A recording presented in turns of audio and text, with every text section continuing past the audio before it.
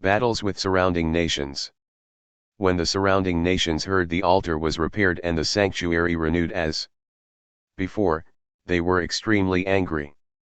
So they resolved to kill the race of Jacob who lived among them, and they began to kill and destroy the people. Thus Judas waged war on the sons of Esau in Idumea at Akrabatene, for they were besieging Israel. He struck them a great blow, humbled them, and took spoils from them.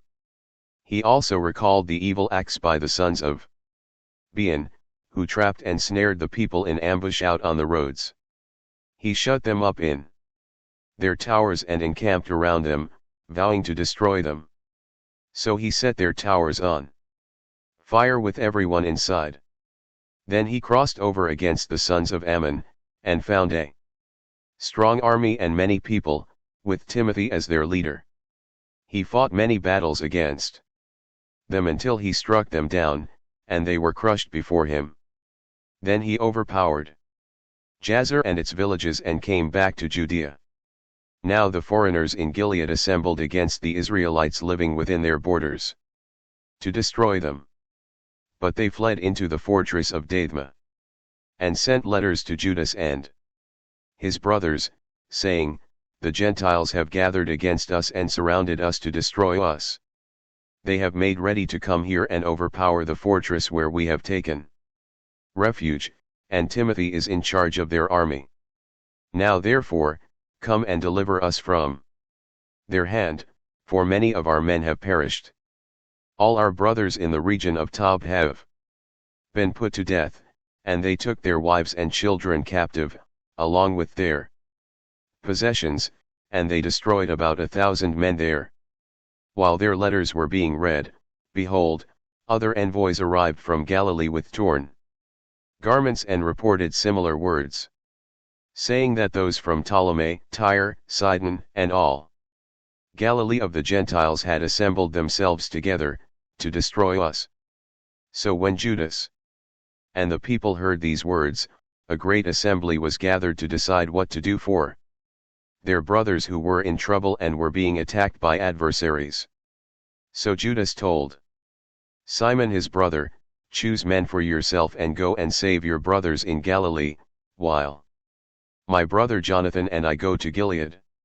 He left Joseph, the son of Zachariah, and Azariah, a leader of the people, with the rest of the army in Judea, to guard it.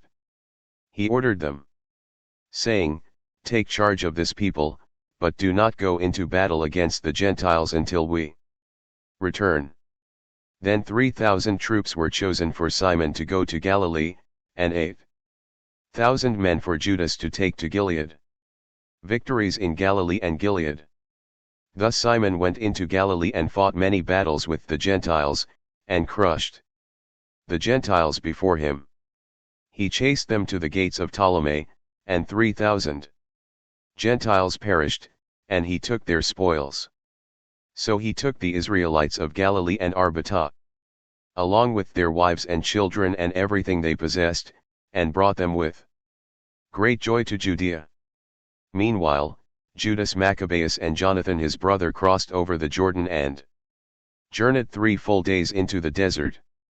They came upon the Nabateans, who met them peacefully and told them everything that had happened to their brothers in Gilead.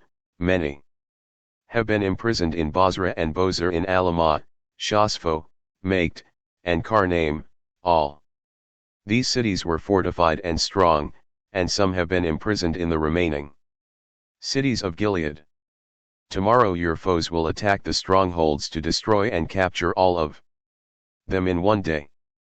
Judas and his forces returned at once to Bozrah by the desert road, and he captured the city, killed all the males by the edge of the sword, took all the spoils, and set the city on fire.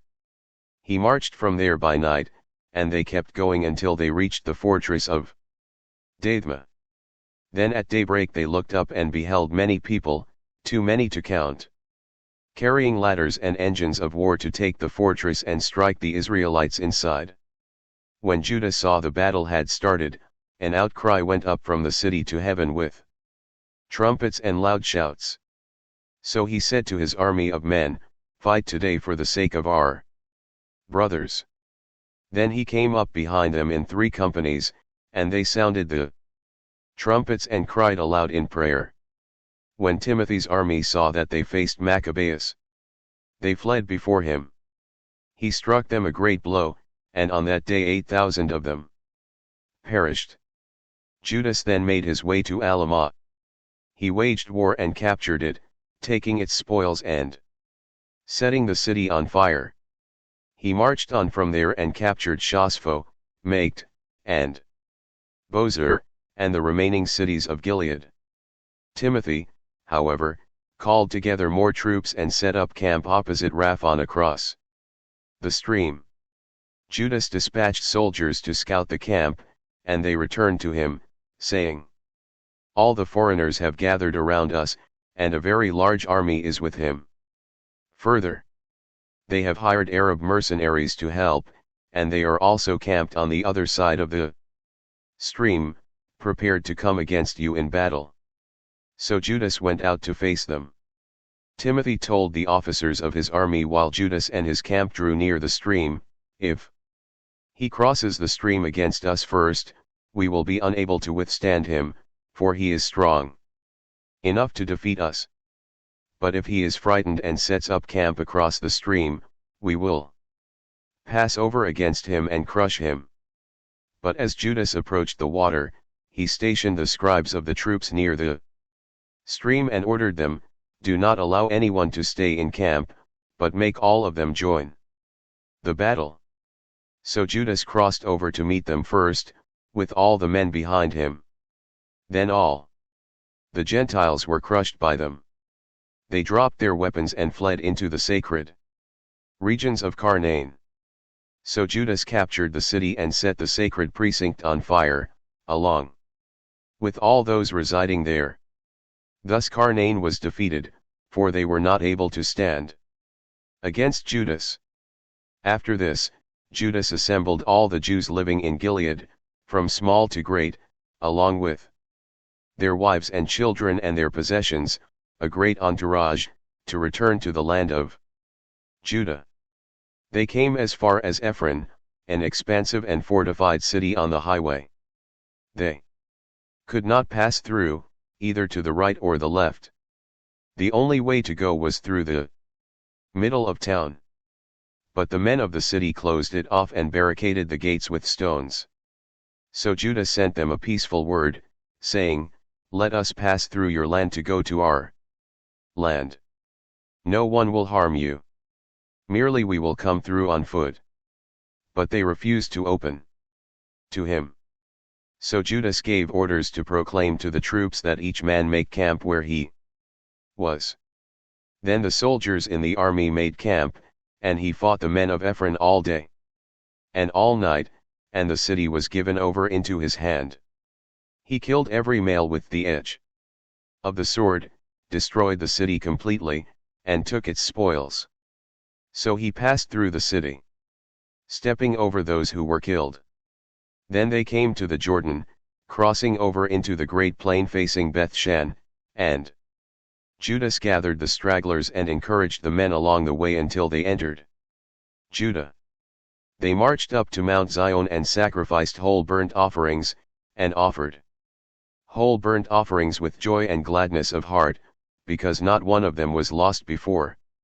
They returned home in peace. While Judas and Jonathan had been in Gilead, and Simon his brother was in Galilee, facing Ptolemy. Joseph the son of Zacharias, and Azariah, officers of the army, got word of their courageous acts and the victorious battles they fought. They spoke, saying, "Let us make a name for ourselves as well and take on the Gentiles who live around us." Thus they gave a command to those from the army with them, and they marched to Jamnia. But Gorgias and his army went out from the city to face them in battle, and Joseph and Azariah were routed and chased as far as the boundaries of Judea. That day about 2,000 men of Israel perished.